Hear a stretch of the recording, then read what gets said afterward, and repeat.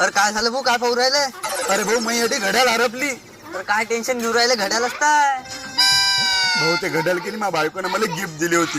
जर दिसली नाही की नाही माझ्या काहीच खरं नाही. भाऊ ते घड्याळ जर कोणाला दिसली तर मी 10,000 रुपये द्यायला तयार आहे. 10,000? चला चला तुम्ही सावलीत बसा, दोघं जण मी जांभळून देतो.